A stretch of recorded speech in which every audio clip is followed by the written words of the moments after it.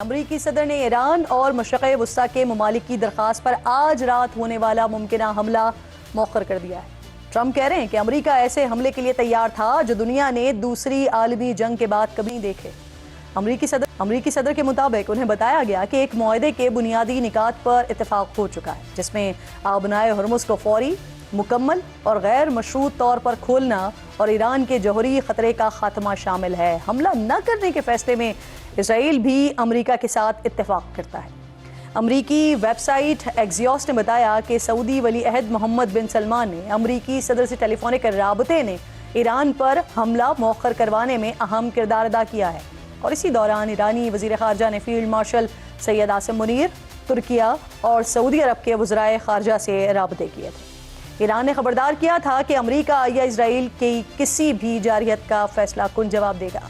दूसरी तरफ ईरान ने अमरीकी सदर डोनाल्ड ट्रंप के इस दावे को मुस्तरद कर दिया है कि तेहरान ने अमरीका से नई फौजी कार्रवाइयां न करने की दरख्वास्त की थी। ईरानी फौजी हुक्काम का कहना है कि सदर ट्रंप का बयान बेबुनियाद है और इसमें कोई सदाकत नहीं है। ईरान पर अमरीकी हमलों के मौखर होने से एक रोज़ पहले अमरीकी मीडिया ने खबर दी थी कि मशरिक़ वस्ता में कई माह से जारी जंग की वजह से अमरीका को मिसाइल डिफेंस इंटरसेप्टर्स की शदीद किल्लत का सामना है। जंग से पहले पैट्रियट डिफेंस इंटरसेप्टर्स ज़खायर तकरीबन 2300 थे, जो अब सिर्फ 827 और थर्ड दिफाई निज़ाम के इंटरसेप्टर्स 452 से कम होकर 278 से भी कम रह गए हैं।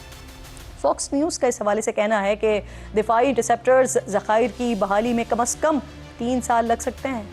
पिछले दिनों ही अमरीकी अखबार न्यूयॉर्क टाइम्स ने बताया था कि अमरीकी जॉइंट चीफ्स ऑफ स्टाफ के चेयरमैन जनरल डनकैन ने सदर ट्रंप को खबरदार किया है कि ईरान के खिलाफ बड़े पैमाने पर फौजी कार्रवाई दोबारा शुरू करने की सूरत में दिफाई मिसाइल्स के ज़खायर खतरनाक हद तक कम हो सकते हैं। आज वाशिंगटन पोस्ट ने रिपोर्ट किया है कि यूरोप में तैनात अमरीका के सीनियर तरीन जनरल ने पेंटागन को खबरदार किया है कि उनके पास इसराइल को बैलिस्टिक मिसाइल्स हमलों से बचाने के लिए दरकार बहरी वसाइल मौजूद ही नहीं है। अगर मजीद डिस्ट्रॉयर बहरी जहाज न भेजा गया तो उन्हें अमरीका और इसराइल के दिफा में से किसी एक का इंतखाब करना पड़ेगा। ये डिस्ट्रॉयर जंगी जहाज, ताकतवर रडार और मुख्तलिफ मिसाइल्स से लैस होता है, जो ईरान और यमन के हूसी जंगजुओं की जानिब से फायर किए गए मिसाइल भी मार गिराने की सलाहियत रखते हैं। ईरान के करीब समंदर में दीगर जहाज़ों के अलावा 11 डिस्ट्रॉयर तैनात हैं और एक डिस्ट्रॉयर बुहीरा अहमर में तैनात है, जहां यमन के हूसियों की जानिब से कार्रवाइयाँ जारी हैं।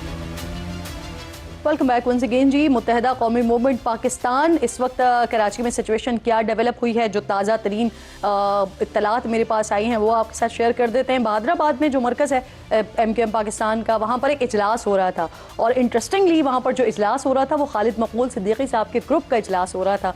तो वहाँ पर जो मुस्तफ़ा कमाल साहब का ग्रुप है उन्होंने कोशिश की कि उस इजलास में वो शरीक हो सकें या फिर मरकज़ के अंदर दाखिल हो सकें, और उसी दौरान ये मारपीट कह लीजिए या खींचातानी या हाथापाई ये उसी दौरान हुई है और इसी दौरान फिर हवाई फायरिंग भी की गई है। इससे 2 लोग ज़ख्मी भी हुए हैं और मज़ीद अब क्या वहाँ पर सिचुएशन डेवलप हो रही है, क्योंकि बताया ये भी जा रहा है कि कुछ ही देर में मुस्तफ़ा कमाल साहब और खालिद मकबूल सिद्दीकी तो नहीं लेकिन फ़ारूक सत्तार साहब गालिबन प्रेस कॉन्फ्रेंस भी करने जा रहे हैं इसी सारी सिचुएशन को लेकर। नवीद कमाल वहाँ पर मौजूद हैं स्पॉट पर, और उसके इम्तियाज़ अली जिनके कैमरे को तोड़ा गया है, उनके साथ बदतमीज़ी और तशद्दुद किया गया है। दोनों से बात करते हैं। नवीद, सबसे पहले तो आप बताइए, इसी तरह से है सारी सिचुएशन, इस तरह मैंने नाज़रीन को बताई, यही हो रहा था वहाँ पर, फिर उसके बाद हुआ क्या?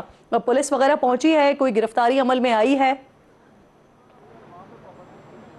बिल्कुल, पुलिस पहुंची ज़रूर है यहाँ पर। तमाम गुलशन डिवीज़न की पुलिस को यहाँ तलब किया गया, लेकिन गिरफ्तारी कोई अमल में नहीं आई। अगर इस सड़क की हम बात करें तो यहाँ पर सैकड़ों गोलियों के खोल अभी भी मौजूद हैं, जिससे अंदाज़ा होता है कि किस कदर यहाँ पर फायरिंग की गई है। झगड़े का आगाज़ अंदरूनी इजलास में हुआ था, जहाँ रहनुमाओं से मुबैना तौर पर बदतमीज़ी की गई, जिसके बाद ये दोनों ग्रुप आमने सामने आए, इनमें हाथापाई हुई, खींचातानी हुई और जिसके बाद जैसे ही ये बाहर आए तो दोनों ग्रुपों की जानिब से फायरिंग की गई। इसमें सीधी फायरिंग भी की गई है, हवाई फायरिंग भी की गई है। 2 अफराद जो है इसमें जो कारकुनान हैं वो ज़ख्मी भी हुए हैं, जिन्हें करीबी अस्पताल मुंतकिल किया गया है। इस वक्त सूरत हाल यहाँ पर यह है कि कारकुनान टोलियों की सूरत में है। अभी खालिद मकबूल सिद्दीकी ग्रुप वो मरकज़ के अंदर है और मुस्तफ़ा कमाल ग्रुप उनके जो लोग हैं वो इस वक्त बाहर कहीं पार्क्स में या सड़कों वगैरह पर बैठे हुए हैं, ऐसा है? बिल्कुल ऐसा ही है। ताज़ा तरीन सूरत हाल आपने पूछी तो उसमें जो खालिद मकबूल सदीकी ग्रुप के कारकुनान हैं वो अंदर हैं। कुछ ही देर में फ़ारूक सत्तार प्रेस कॉन्फ्रेंस करेंगे, इसलिए इनके कारकुनान अंदर मौजूद हैं। बाहर जो है मुस्तफ़ा कमाल, अनीस कायम खानी ग्रुप के कारकुनान बड़ी तादाद में मौजूद रहे और इनके दरमियान कुछ देर पहले 5 से 10 मिनट पहले भी जो है तल कलामी हुई, जिसको जो है रहनुमाओं ने टाला और अपने कारकुनान को अंदर आने के लिए कहा। इस वक्त यहाँ पर कशीदगी ज़रूर है लेकिन किसी किस्म की नारेबाजी नहीं की जा रही। इस तमाम अफसोसनाक जो पहलू था, इसका मज़ीद अफसोसनाक ये रहा कि हमारे एक कैमरा मैन जो यहाँ पर कवरेज के लिए मौजूद थे, इम्तियाज़ अली, उन्हें यहाँ पर यरगमाल बनाया गया, हब्से बेजा में रखा गया और अच्छा, नवीद, कराची का जो ये इलाका है बहादराबाद, ये बाकी पाकिस्तान के शहरों से ज़रा मुख्तलिफ होता है। संडे के दिन होता है, यहाँ पर फैमिलीज बड़ी तादाद में आती हैं, खाने पीने के स्पॉट्स भी यहाँ पर मौजूद हैं। तो मुझे ये बताएं कि इधर दुकानें वगैरह भी बंद हो गई थी, जब आप बता रहे हैं सैकड़ों हॉल पड़े हुए इधर, तो अभी क्या दोबारा से अब मामूल पर आई है जिंदगी या अभी भी वही खौफ सा नजर आ रहा है आपको?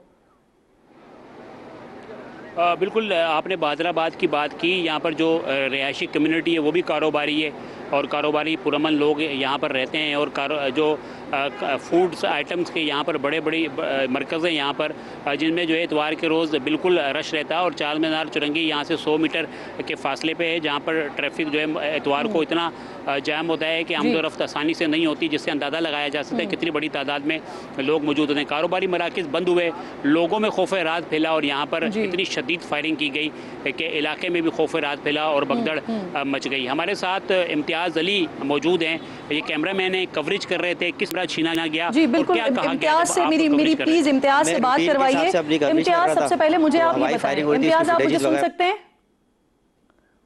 इम्तियाज़ आप मुझे सुन सकते हैं? वो लड़के थे, वो मेरे पास आए और उन्होंने मुझे पीछे से पकड़ा। पीछे से पकड़ने के बाद उन्होंने मुझे बोला कि यार इम्तियाज़, आपको मेरी आवाज़ आ रही है? बना रहा हूँ मैं तो। जी जी जी बिल्कुल आ रही है, आपकी आवाज़ बिल्कुल आ रही है मुझे। अच्छा इम्तियाज़, सबसे पहले तो अल्हम्दुलिल्लाह कि आप जो जितना हम देख सकते हैं नज़र आ रहे हैं, अल्लाह का लाख लाख शुक्र है कि आप खैरियत से हैं। मुझे ये बताइए क्या सिचुएशन बनी थी? आप यकीनन फुटेजेस शूट कर रहे होंगे और इस दौरान आपको पता चला कौन लोग आए, किसने आपके साथ मिसबिहेव किया, किसने बदतमीज़ी की? जी बिल्कुल, मैं तो अल्लाह का शुक्र अब खैरियत से हूँ। मैं अपनी रूटीन हिसाब से कवरेज कर रहा था, तो फुटेजेस वगैरह बना ही रहा था। तो इत्तेफाक से पीछे से जो है ना 60 से 8 लड़कों का एक टोला आया और उन्होंने मुझे पीछे से पकड़ा, मुझे मुक्के मारे और घूसे मारे। उसके बाद मुझे नीचे ज़मीन पे गिराया, मेरा कैमरा छीन लिया गया। मुझे बोल रहे हैं आप फुटेज वगैरह क्यों बना रहे हो? मैंने कहा फुटेज मैं नहीं बना रहा, मैं अभी आया हूँ, मुझे जस्ट 5 से 10 मिनट हुए हैं। उन्होंने मेरा कैमरा छीना, कैमरा छीनने के बाद उसकी जो LCD थी उसको डैमेज करा। उसके बाद मुझे पकड़ के गिरवान से और पीछे जो रूम एक फ्लैट था वहाँ मुझे अंदर ले गए। अंदर ले जाने के बाद मुझे अंदर बिठाया, मेरा कैमरा चेक करा। कैमरा चेक करके मुझे कहा कि इसका मुझे कार्ड या DV जो भी है मुझे दो। मैंने कहा आपने मेरा कैमरा डैमेज कर दिया, ये कैमरा टूट चुका है अपना, ये ऑन नहीं हो रहा। तो फिर उसमें एक साहब आए, उन्होंने मेरी पिक्चर खींची। पिक्चर खींचने के बाद मुझे कहा कि आप कौन से चैनल से हैं? मैंने कहा समा न्यूज़ से हूँ। उन्होंने मेरे मोबाइल पे वीडियो बनाई, पिक्चर खींची। पिक्चर खींचने के बाद उन्होंने कहा अगर ये फुटेज ऑनियर हुई तो तुम्हारे साथ अच्छा नहीं होगा। सही। तो फिर उसके बाद इम्तियाज़ मुझे ये बताइए, धमकियां दी जा रही हैं एक तो आपको कि अगर ये ऑन एयर हुई तो अच्छा नहीं होगा, तो ये बात अभी आप इस वक्त अपने चैनल पर कर रहे हैं, लेकिन जिस वक्त ये सारी सिचुएशन हुई थी, जिस वक्त ये मारपीट हो रही थी, आपसे कैमरा छीना गया, तो तमाम चैनल्स पर ही आपके हवाले से ये खबरें चली हैं। उसके बाद किसी ने आपसे, MKM के किसी भी रहनुमा की जानिब से आपसे कोई राबता वगैरह किया गया, किसी माजरत का इजहार किया गया? नहीं जी नहीं, बिल्कुल किसी रहनुमा ने मेरे साथ कोई रब्ता नहीं किया। हमारे जो ब्यूरो चीफ असलम खान साहब थे वो मेरे साथ रब्ते में थे। उनको मैं सारी सिचुएशन पल पल कॉल करके मैं बता रहा था और वही मेरा सिर्फ ऑफिस के जो लोग थे वो मेरे रब्ते में थे, इसके अलावा मेरे साथ कोई रब्ते में नहीं था।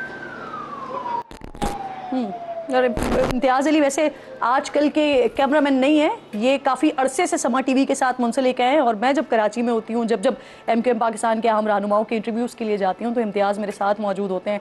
तो बाय फेस भी इम्तियाज़ को ऑलमोस्ट तमाम लोग जानते हैं, लेकिन ये बड़ा अफसोसनाक वाक़या है और ये सीधा सीधा समा TV पर हमला है कि जब समा टीवी के कैमरामैन को तशद्दुद का निशाना बनाया गया, समा टीवी के कैमरा को जो है वो तोड़ा गया, और इस वक्त आप बराह रास्त मनाजिर देख रहे हैं। तो मैं रिक्वेस्ट करूंगी MQM पाकिस्तान से ही कि आपकी अपनी जमात में, वो भले से खालिद मकबूल सिद्दीकी के ग्रुप का हो या भले ही मुस्तफ़ा कमाल साहब के ग्रुप का हो, लेकिन ये जो टोला 7-8 लड़कों का, ये किसी भी तरफ से है, लेकिन पार्टी के अंदर से भी इन पर कार्रवाई ज़रूर होनी चाहिए। इम्तियाज़, आप मजीद कुछ इस पर कहना चाहेंगे, कोई मुतालबा करना चाहेंगे? आई नो यू कि आप अपनी ड्यूटीज़ को, अपने फ़राइज़ को किस तरह से अंजाम दे रहे होते हैं, कितनी डेडिकेशन के साथ आप अपने फ़राइज़ को अंजाम दे रहे होते हैं, लेकिन अगर आप कोई भी मुतालबा करना चाहते हैं बीइंग समा फैमिली, तो आप ज़रूर कर सकते हैं।